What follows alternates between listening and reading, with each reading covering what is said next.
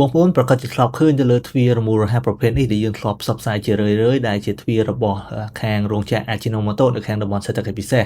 ដែលអាយុកាលទ្វារនេះផងដែរមានអាយុកាល1ឆ្នាំរួចមកហើយបន្ទាប់ពីយើងដំឡើងក្រុមការងារក្រវ៉ាន់ PVC Curtain បានចុះទៅដំណើរទាំជូនដល់អតិថិជនដែលឥតគិតប្រាក់ដោយនៅក្នុងធានារបស់យើងរយៈពេល2ឆ្នាំនៅក្នុងនោះយើងតេស្តទៅលើ sensor ដំណើរការធម្មតាក៏ដូចជាបោសសម្អាតដីដែលចេញពី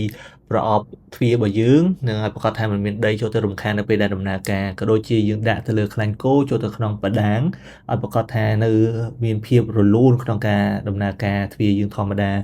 ក៏ដូចជាយើងតេស្តទៅលើដំណើរការ operation របស់ទ្វាររបស់យើងឡើងចុះដំណើរការធម្មតាបើសិនជាមានភាពមិនប្រក្រតីយើងអាចផ្លាស់ប្ដូរគ្រឿងបង្គុំមួយចំនួនជូនដល់អតិថិជនដែលគិតថ្លៃផងដែរដែលនៅក្នុងធានារបស់យើងរយៈពេល2ឆ្នាំអញ្ចឹងប្រសិនបើបងប្អូនពិចារណាទៅលើទ្វាររមូលរហ័សគួរតែពិចារណាទៅលើទ្វាររមូលរហ័សដែលនៅក្នុងស្រុករបស់យើងអាចដំហែទាន់ពេលយើងអាចផ្លាស់ប្ដូរ accessory ផ្លាស់ប្ដូរ component ទាន់ពេលដែលមិនឲ្យខាតពេលវេលាក្នុងការ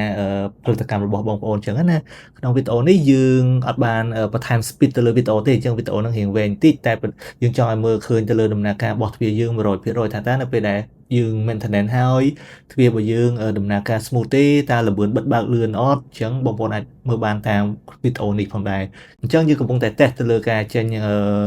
ចូលរបស់